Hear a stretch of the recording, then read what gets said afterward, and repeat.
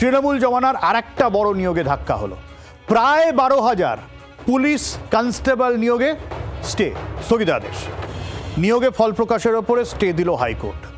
Police recruitment বোর্ডকে notice দিতে নির্দেশ।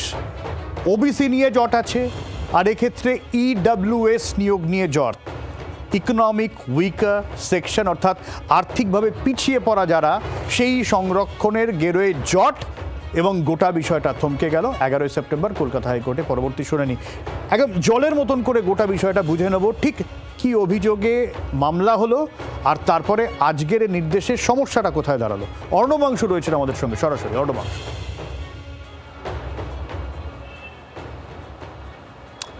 দেখো, সেটা হচ্ছে যে এই পরীক্ষা তো হয়ে গিয়েছিল, ফল প্রকাশের অপেক্ষা। তারপরেই হয়তো প্রায় 12,000 পরীক্ষার্থী তারা নিয়োগ পেতে পারতেন। সেই প্রসেসটা আরও ডিলে হয়ে গেল। কলকাতা হাইকোর্ট স্পষ্ট করে বলল যে এই জল বা ধোঁয়াশা না কাটা পর্যন্ত এই ফল প্রকাশ করা যাবে না, এবং পুলিশের তরফ থেকে একটি বিজ্ঞপ্তি প্রকাশ করতে হবে যে এই ফল প্রকাশ করা যাচ্ছে না মামলার জন্য।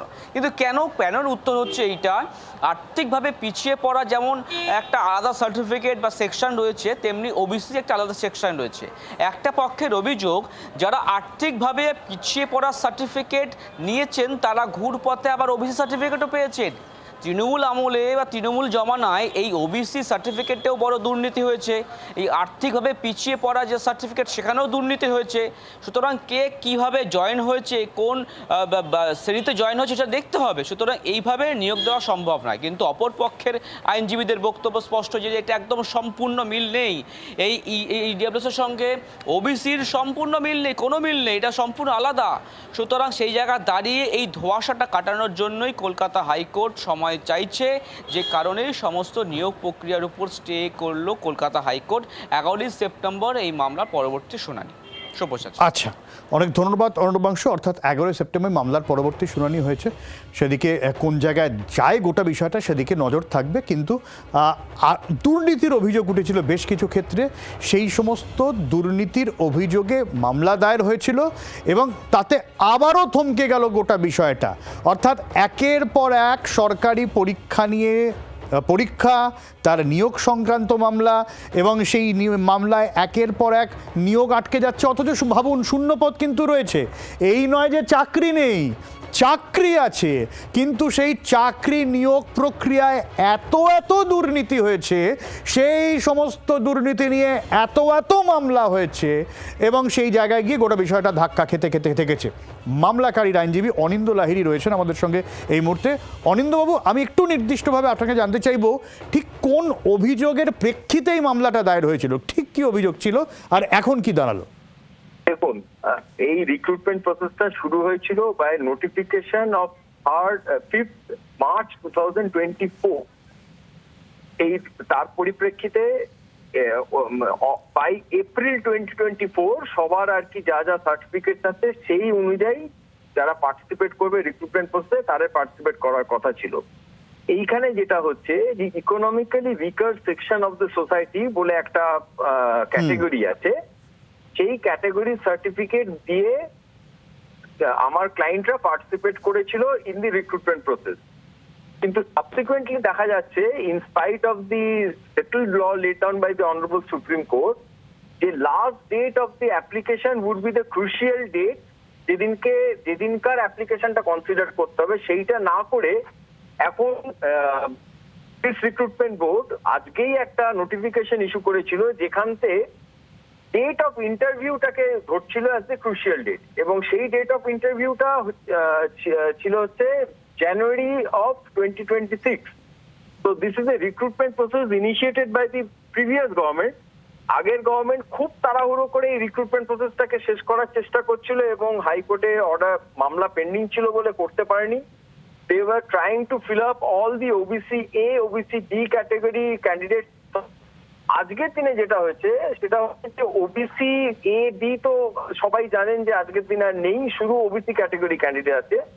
ওবিসি দুটো ক্যাটাগরিকে পুলিশ রিক্রুটমেন্ট বোর্ড আজকে একটা নোটিশ দিয়ে বলেছিল যে দে মে অপ্ট ফর ইডব্লিউএস ক্যাটাগরি, মানে যারা ওবিসি হয়ে পার্টিসিপেট করেছে তাদের যাদের আজকে জেনারেল হিসেবে ট্রিট করার কথা, সেটা না করে they were given option to participate as a EWS category candidate. So that was the urgency which was না, তার মানে তো যারা ওবিসি নট নেসেসারি যে তারা ইডব্লিউএস হবে।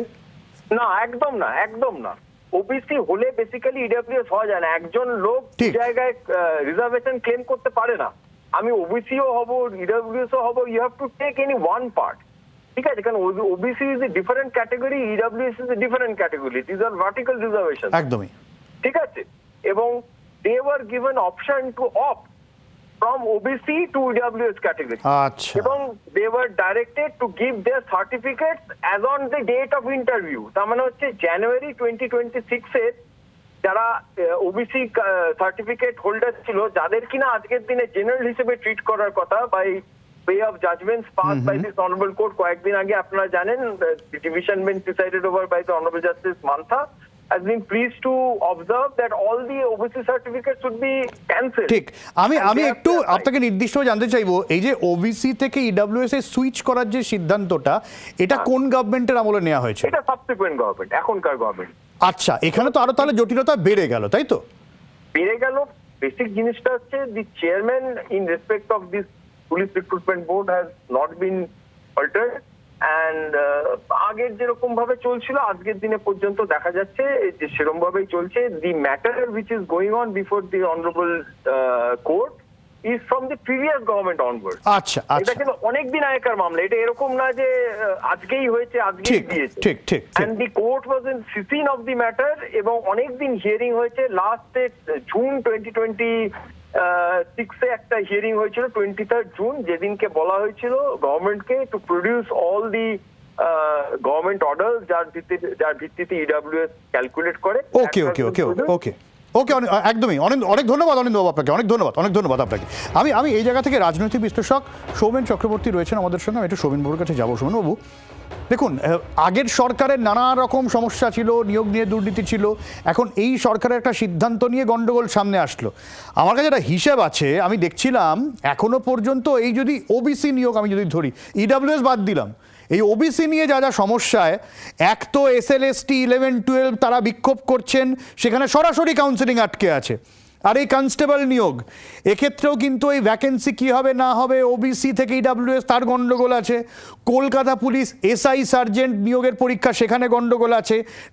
WBPSC, WBSSC গ্রুপ CD, অন্যান্য সরকারি নিয়োগ, সব ক্ষেত্রে গন্ডগোল পাকিয়ে আছে। 28,000 শূন্য পদ প্রায়, সব মিলিয়ে যদি ধরি লাখ লাখ পরীক্ষার্থী তারা আটকে আছেন। সরকার তো প্রতিশ্রুতি দিয়ে এসেছিল যে কর্মসংস্থান হবে, নিয়োগ হবে, সরকারি চাকরিতে ভ্যাকেন্সি ফুলফিল হবে। তারপরে যদি এরকম লিস্টই হয়, এ তো অনন্তকাল মামলা চলতে থাকবে, আমরা চাকরিটা পাবো কবে? দেখুন, এখানে দাঁড়িয়ে যেটা সরকারের পক্ষেও ক্ষেত্রে একটা গণতান্ত্রিক প্রক্রিয়ার ক্ষেত্রে যেমন বলা হয় যে প্রশাসন, আইন এবং বিচার বিভাগ, এর মধ্যে একটা ভারসাম্য বিধানের মধ্য দিয়ে একটা রাষ্ট্র পরিচালিত হয়। সেখানে দাঁড়িয়ে প্রিভিয়াস সরকারের ক্ষেত্রেও আমরা দেখেছি যে যা কিছু হচ্ছে সব সাবজুডিসড হয়ে যাচ্ছে, অর্থাৎ সেই প্রক্রিয়ার মধ্যে ভুল কি ঠিক সেটার বিচার বিবেচনা বা যে কোনো নাগরিকের তার বিরুদ্ধে বিচার ব্যবস্থায় গভর্নমেন্টের এগেনস্টে যাওয়ার অধিকার আছে, এটা গণতান্ত্রিক প্রক্রিয়া। কিন্তু সেই প্রক্রিয়ার মধ্য দিয়ে আমরা দেখতে পাচ্ছি বৃহত্তর আঙ্গিকে একটা বিরাট জায়গায় কিন্তু আখেরে কর্মসংস্থান নিয়োগের ক্ষেত্রে নতুন সরকার, নতুন অ্যাসপিরেশন বা আশা আকাঙ্ক্ষার মধ্য দিয়ে মানুষ চেয়েছে এটা, সেখানের ক্ষেত্রেও একটা বিরাট বাধা হয়ে দাঁড়াচ্ছে এই যে প্রশাসনিক এবং বিচার মিলিয়ে একটা সামগ্রিক জটিলতা।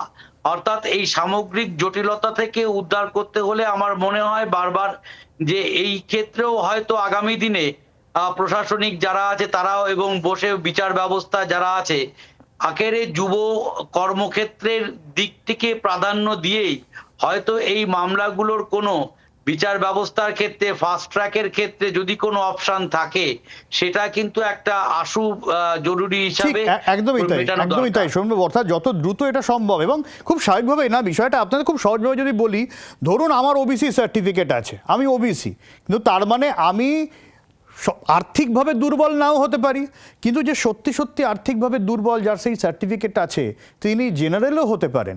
এখন আমি ওবিসি অথচ আমার পয়সা কড়ি আছে, আমি সেই সুবিধা নেব, আবার আমি ইডব্লিউএস এরও সুবিধা নেবো, এটা হয় নাকি কখনো? এটা নিয়ে বিতর্ক, এটা নিয়ে মামলা কোন দিকে যায় সেদিকে অবশ্য নজর থাকবে।